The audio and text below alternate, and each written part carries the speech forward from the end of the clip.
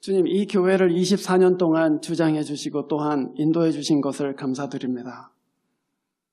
교회 창립 기념주일에 함께 하나님의 이름을 높이고 또한 이 교회를 향한 하나님의 뜻을 듣고자 합니다. 저희 마음 가운데에 말씀해 주시고 은혜를 깨닫게 해 주시고 우리를 붙드시는 주 예수의 손을 보는 시간 되도록 인도하여 주시옵소서.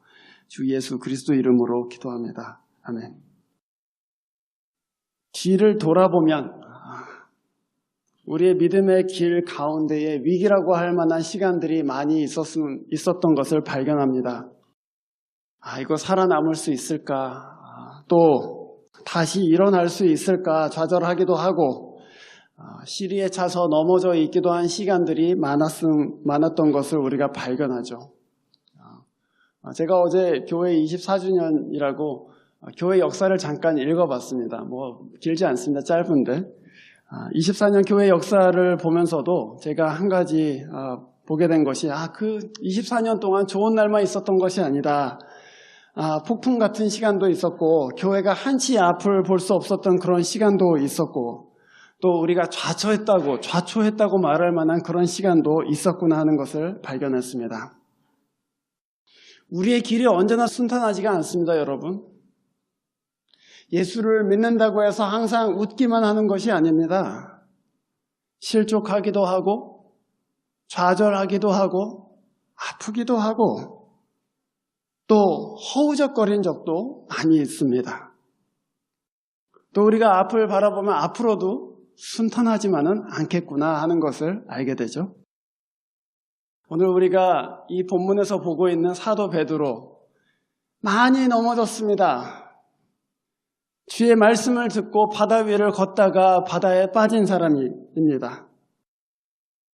조금 지나가면은 16장에서 베드로가 예수는 하나님의 아들이십니다 이렇게 고백하는데 바로 다음에 예수님이 십자가 지시는 것을 말리다가 예수님께서 사단아 물러가라 이렇게 큰 꾸지람을 받기도 합니다. 금방 넘어진 것이죠.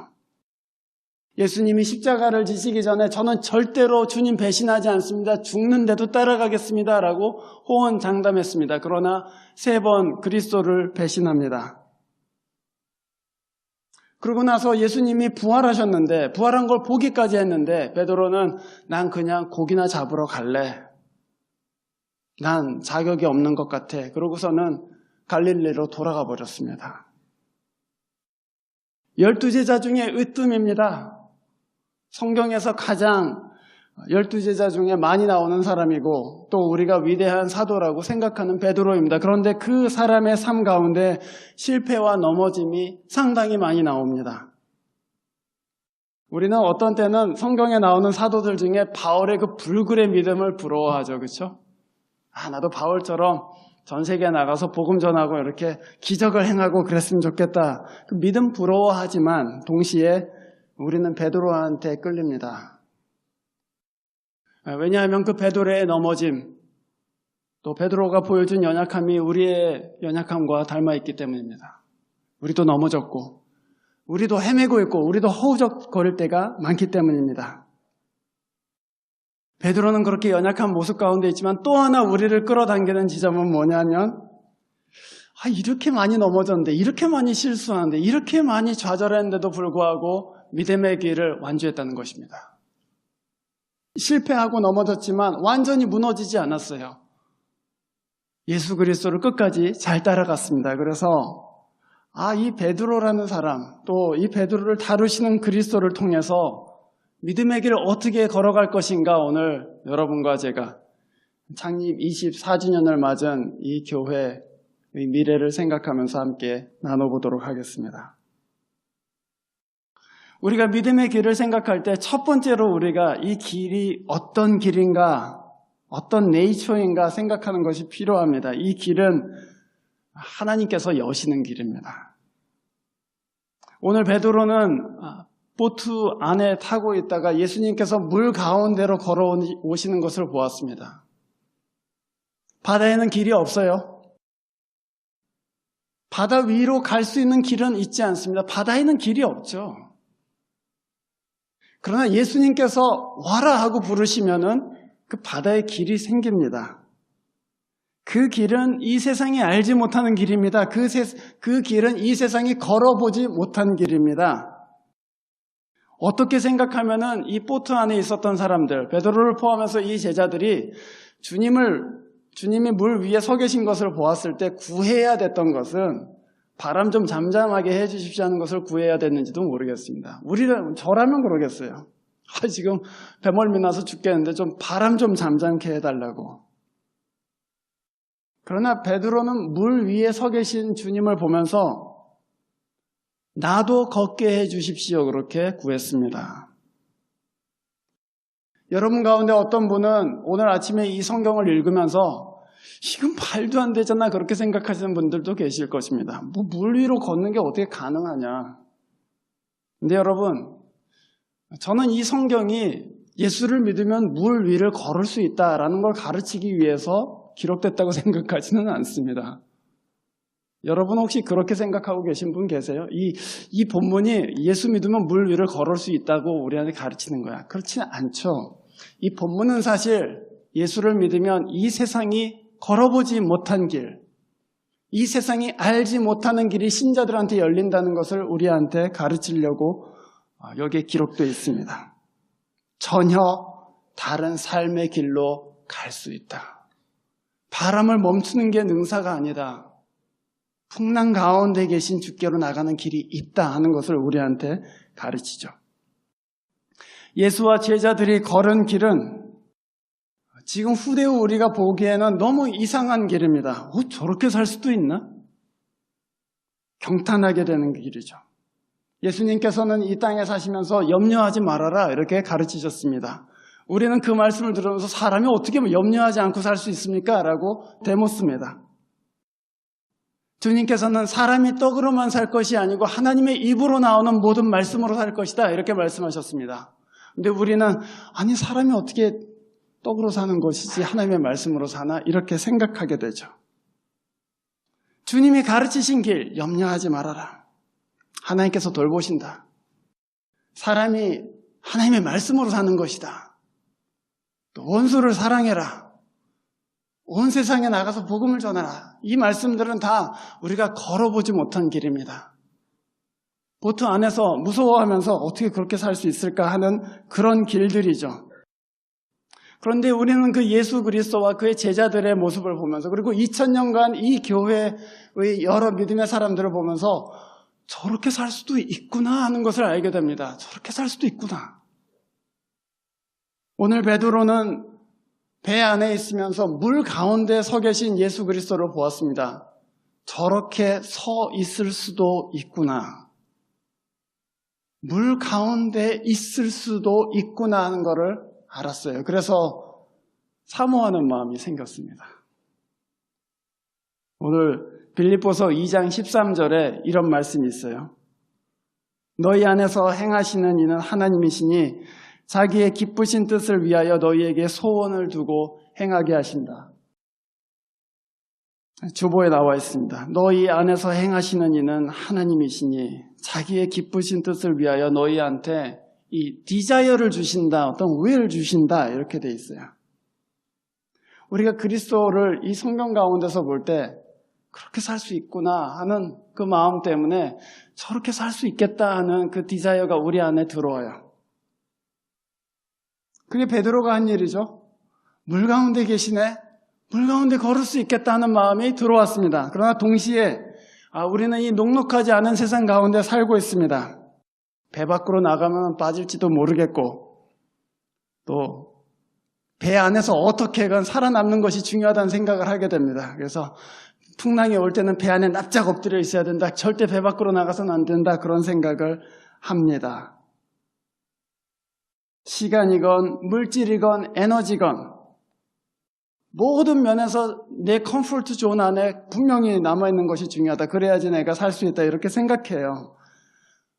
벗어나는 거 두려워합니다. 그러나 오늘 베드로는 그 배 안에서 물 밖에 서 계신 그리스도를 보았습니다. 저게 가능하다. 그래서 우리는 그리스도의 모습을 보면서 이 소원과 저렇게 살 수도 있구나. 그리고 두려움, 그렇게 살 수는 없을 것 같아 하는 그 두려움 사이에서 기도하게 됩니다. 오늘 베드로가 주님이시라면 저를 명해서 물을 걷게 해주십시오. 이렇게 기도했습니다. 기도하는 거예요, 사실은. 내 힘으로 갈 수 없기 때문에, 내 힘으로는 보트 밖으로 나갈 수가 없기 때문에 기도해요. 거기에 대한 소원이 있는데 두려움도 함께 있기 때문에 주님, 저로 걷게 하시면 걸을 수 있겠습니다. 기도합니다. 믿음의 사람들은 모두 하나님의 말씀 듣고 움직였죠. 주님이 말씀하시면 길이 열리기 때문입니다. 주님이 오라 하시면 바다 가운데에서도 길이 열릴 것이라는 믿음이 나한테는 있어요. 그래서 기도하는 거예요. 야곱이 고향으로 돌아갈 때에 하나님께 기도합니다. 모세가 애굽으로 들어갈 때 기도해요. 제가 들어가야 되겠습니까? 여호수아가 온 이스라엘을 끌고 가나안 땅으로 들어갈 때도 기도합니다. 그때마다 하나님께서 이렇게 말씀하세요. 똑같은 말씀이에요. 가라. 내가 너랑 함께 있겠다. 가라. 하나님께서 가라 하시면, 또는 주님께서 오라 하시면, 말씀하시면 거기는 길이 있어요. 보이지 않아요. 들어갔다가 이거 괜히 가나안 사람들한테 전쟁에 다 패해갖고는 죽는 거 아니야? 이런 생각이 듭니다. 괜히 바로한테 갔다가 이 큰 바로가 우리를 다 몰살시키는 것은 아니야? 머리로 계산하면은 계산이 되지 않습니다. 그러나 주님이 말씀하시면, 오라고 말씀하시면, 주님이 가라고 말씀하시면 길이 있겠다 하는 마음이 드는 것이죠. 그래서 기도하는 거예요. 여러분, 이 성경을 읽으시면서 저렇게 살 수도 있겠구나 하는 그런 마음이 드세요? 그리고 저런 삶을 살아봤으면 하는 마음이 드세요? 그러면 기도하셔야 되는 거예요. 그러면은 예수님께서 나보고 이 마음 주셨구나 그러고서는 주님 그러면은 살게 해 주십시오. 주님 그러면 걸어갈 수 있게 해 주십시오 하고 기도하실 때라고 저는 믿습니다.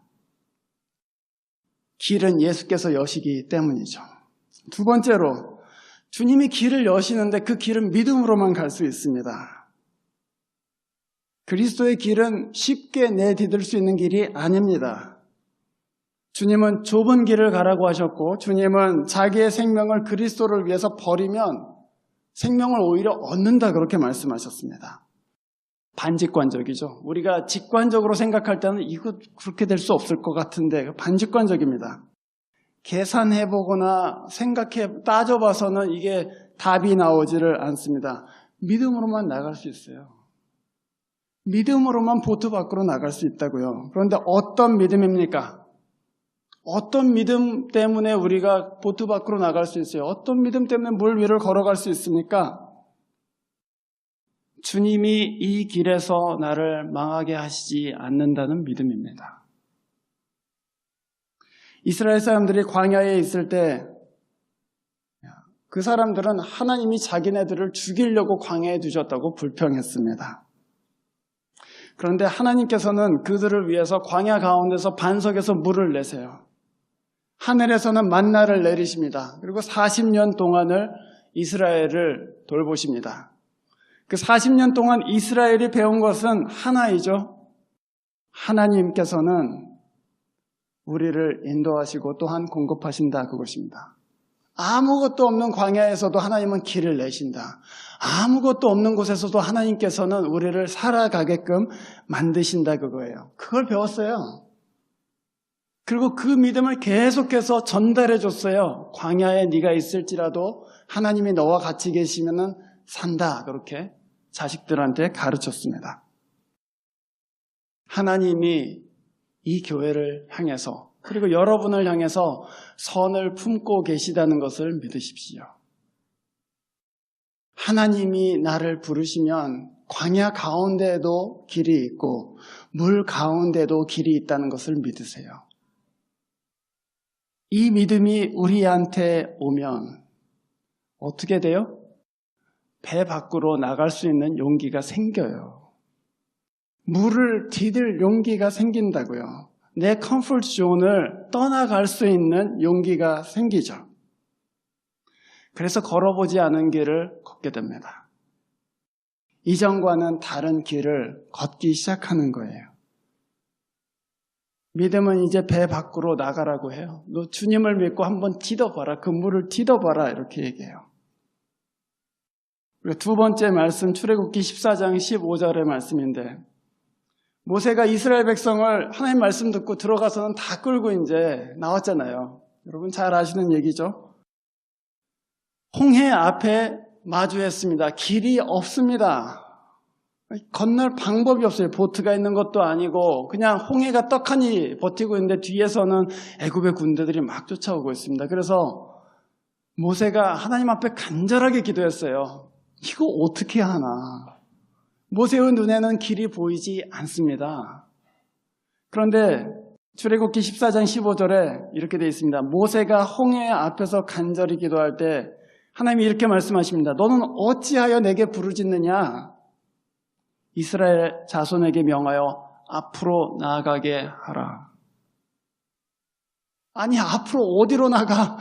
길이 없는데 그 앞에는 홍해가 떡하니 버티고 있는데 어디로 나가는 말입니까? 나가라. 근데 그렇게 말씀하세요. 물을 밟아라. 그래서 밟죠. 여호수아도 마찬가지 요단강을 건널 때 제사장들이 물을 밟았을 때 홍해가 끊어지는 거예요. 주님이 가라 하시면 그러면은 갈 수 있습니다.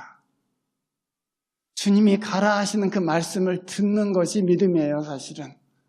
주님이 여기에 나를 세우셨다 하면 할 수 있습니다. 주님이 가라 그러시면 거기가 광야이건 거기가 무슨 허허 벌판이건 또는 거기서 아무것도 나올 수 없는 것 같은 땅이라 할지라도 거기서 살 수 있습니다. 신자의 믿음은 어디에 있습니까, 여러분? 주님의 말씀을 듣는가 거기에 있어요. 길은 보이지 않지만 하나님께서 가라고 하시면 갈 수 있는 것이죠. 신자의 삶이라는 것이 그렇게 그리스도의 능력과 인도하심을 경험하는 모험의 연속입니다. 물론 빠질 수 있습니다. 물론 넘어질 수도 있습니다. 물론 실수할 수도 있습니다. 그러나 그것을 감수하고 움직여 보세요. 무브온 해보세요. 주님께서 인도하실 것입니다. 제가 아는 한 목사님, 미국 목사님인데 이미 돌아가신 분이십니다. 근데 이분이 1930년대 이 대공황 말기에 신학교를 다니고 있었어요. 자기 부모님은 중국 선교사예요. 그래서 돈 한 푼 대줄 수가 없는데 미국에 와서 공부하다가 미국에 공황이 드니까 일자리도 얻을 수가 없고 도저히 살 방법이 없어요. 방학 때 돈을 벌어서 학비를 마련해야 되는데 일할 곳이 없습니다. 기도했어요. 하나님 앞에. 하나님, 저를 신학교에 보내셨으면 살게 해주시겠지요. 그러고 기도했죠. 근데 어떤 회사에서 이 신학생을 고용했어요. 고용했는데 무슨 회사였냐면은 철골 구조물을 짓는 회사였습니다. 그래서 나갔는데 하는 일이 뭐냐 하면은 큰 철골 구조물에 이 빔을 연결하는 볼트를 조이는 일이었어요. 근데 이 목사님은 그때까지 한 번도 육체적인 노동을 해본 적이 없어요. 그냥 공부만 하느라고 이 근육도 없고 그냥 삐쩍 마른 그런 사람인데 거기서 이제 일을 하는 것입니다. 그리고 4시간, 아침에 4시간 일을 하고 나니까 이거 더 했다간 난 죽을 것 같다 그런 마음이 찾아왔어요. 더 이상 아무 힘이 남아있질 않아요. 그런데 여러분, 공항에 이 불경기에 나는 못하겠다고 거기서 주저앉으면 잘릴 게 뻔하잖아요. 그래서 하나님 앞에 기도했어요. 하나님, 어떻게 합니까? 저한테는 힘이 남아있지 않고 저는 도저히 한 걸음도 나갈 수가 없습니다. 그런데 주님이 도와주시겠다는 마음이 들어요. 그래서 이제 점심을 먹고 다시 일을 하러 가야 되나? 이제 그랬는데 갑자기 거기에 매니저가 딱 오더니만 볼트가 다 떨어졌다? 그러는 거예요. 다 가라고. 그래서 그러고 집으로 돌아왔다는 거예요. 이튿날 나갔습니다. 첫날 일을 너무 많이 했으니까 이튿날도 너무 힘들어요. 근데 아침에 간신히 일을 마치고 진짜 못하겠다 그러고 있는데 볼트가 또 떨어졌다? 그러는 거예요. 그 일이 3일 연속 일어났습니다. 그리고 주말이 됐어요. 푹 쉬었습니다. 월요일날 가서 8시간을 채웠어요. 하나님이 나를 위해서 볼트를 떨어지게 만드셨구나 생각하는 거예요. 하나님이 도저히 갈 수 없는데 참 이상한 방법으로 건널 수 있게 해주시는구나. 그게 우리 주님이십니다. 무슨 기적이 일어나서 돈이 막 떨어지진 않아요. 그런데 갈 수 있게 해주세요. 건널 수 있게 해주세요. 이겨낼 수 있게 해주세요. 믿음으로 나아갈 수 있습니다. 세 번째로, 물론 이 길은 믿음으로 가는 길이지만 넘어져도 괜찮습니다. 여러분 옆에 있는 분들한테 한번 이렇게 말씀해 주시면 좋겠어요. 넘어져도 괜찮습니다. 넘어져도 괜찮아요? 넘어져도 괜찮습니다. It's alright. 믿음으로 가는 길이죠. 분명히 예수님만 보고 가야 돼요. 예수님을 시야에서 놓쳐서는 안 됩니다. 베드로도 물 위를 걷기 시작하면서 예수님만 보고 갔어요. 그런데 본문 30절에 보면은 바람을 보고서는 두려워하게 됐다 이렇게 되어 있습니다. 믿음으로 시작했지만 세상에 어려움을 겪고 나니까 두려움이 확 몰려왔어요. 이거 갈 수 있을까? 거기에 낙심해서 믿음이 약해졌습니다. 바람을 보고 두려워서 베드로가 빠지기 시작합니다. 그런데 베드로는 급한 와중에 주님 살려주세요. 그러고 또 주님의 이름을 불렀습니다. 31절 주님은 즉시 손을 내밀어서 건져주셨다 이렇게 말씀합니다. 이 장면을 보면 여러분 뭐가 떠오르십니까? 저희 가족이 보스턴에서 신학교를 다닐 때 그때 마침 가원이가 자전거를 타다가 이제 보조바퀴를 띄고 이제 4발 자전거를 타다가 2발 자전거를 타는 그런 트랜지션의 시점에 있었습니다. 그 아버지들은 뭐 하죠? 뒤에서 이제 넘어지나 안 넘어지나 이제 뒤에서 이렇게 봐요. 그리고서는 아이가 이제 2발 자전거를 타고 가면 아주 떨리는 마음으로 이렇게 뒤를 쫓아가면서 넘어지려고 하면 잡아주고 넘어지려고 하면 잡아주고 그러는 것이죠. 내가 너의 뒤에 있다. 걱정 말고 앞으로 나아가라. 네가 넘어지면 내가 잡아줄 것이고 네가 혹시 흔들리면 내가 붙잡아줄 것이다. 걱정 말고 앞으로 나아가라. 그런데 넘어져도 괜찮다. 그렇게 해서 아이가 넘어지기도 하고 비틀거리기도 하고 그러면서 결국에는 자전거를 타고 갔어요. 믿음의 여정이라는 것은 넘어지기도 하고 허우적대기도 하고 또 실패라고 부를 만한 그런 일들도 분명히 있습니다. 그러나 주님이 여러분한테 여신 길을 여러 번 가고 계시다면 넘어져도 그것을 실패라고 부를 수는 없죠. 그렇지 않습니까, 여러분? 여러분 오늘 이 베드로가 물 위를 걸은 사건을 보시고서는 베드로 실패했네 이렇게 생각하십니까? 그럼 저는 여러분한테 그걸 묻고 싶어요. 한 걸음이라도 걸어보셨어요? 제가 알기로 물 위를 걸은 사람은 역사사상 예수님하고 베드로밖에 없습니다. 베드로가 몇 걸음을 떼었건 간에 베드로가 2걸음을 떼었건 또는 1걸음을 떼었건 간에 우리 기독교 역사사상 물 위를 걸어본 사람은 베드로밖에 없어요.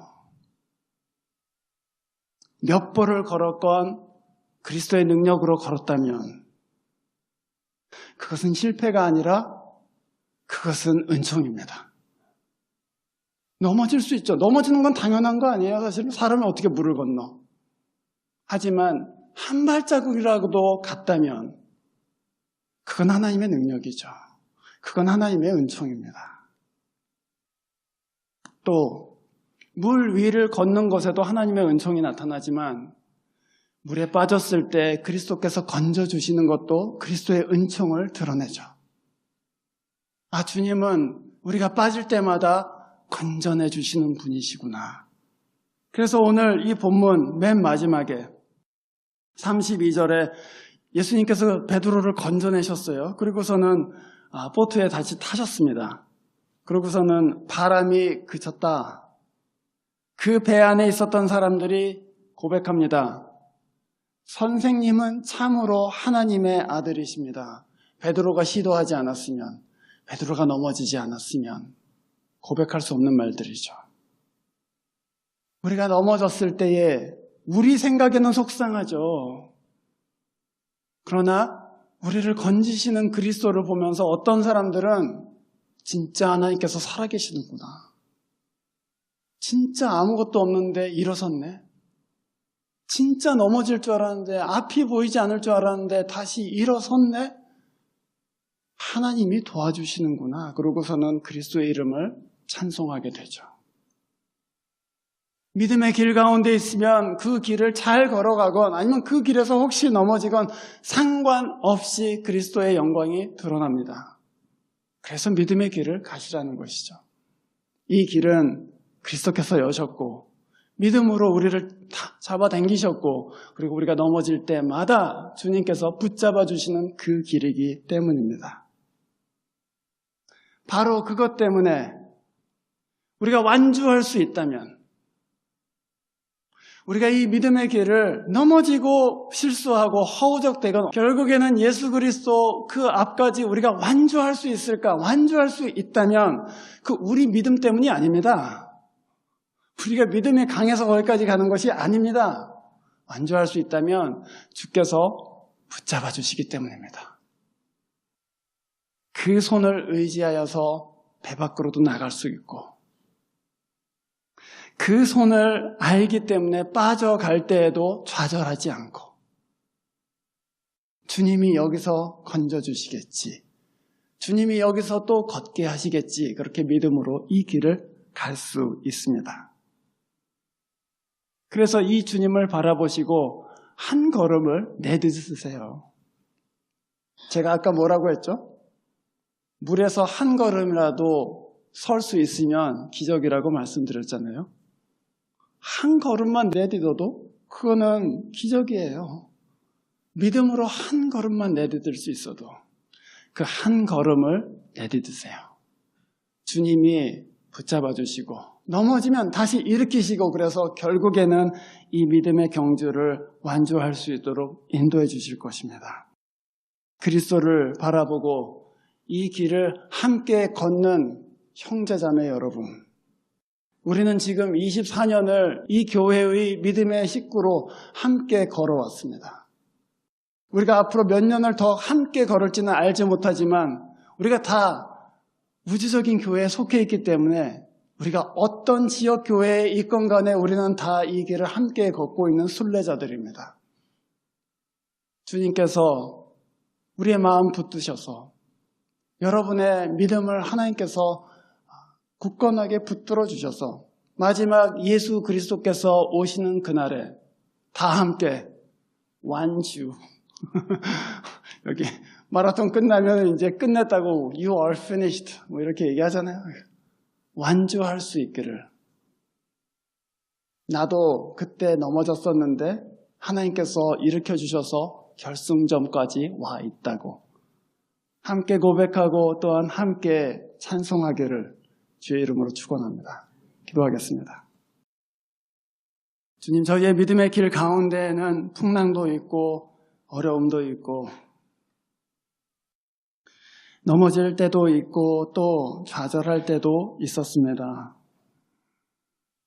그러나 우리를 풍랑 중에 붙드시는 예수 그리스도, 또 길이 없는 곳에 길을 여시고 걸어오라고 말씀하시는 그 주님을 의지하여서 한 걸음을 내딛습니다. 주님, 저희의 믿음의 걸음을 붙들어 주시고 완주할 수 있도록 타협하지 않고 또 죄에 물들어서 그냥 떨어져 나가지 않고 온전히 그리스도 앞에 끝까지 이 경주를 완주할 수 있도록 믿음 허락하여 주시옵소서. 그래서 우리가 끝날에는 다 함께 서로 격려하고 찬송하면서 그리스도의 영광 가운데 참여할 수 있도록 이 교회를 붙들어 주십시오. 주 예수 그리스도 이름으로 기도합니다. 아멘.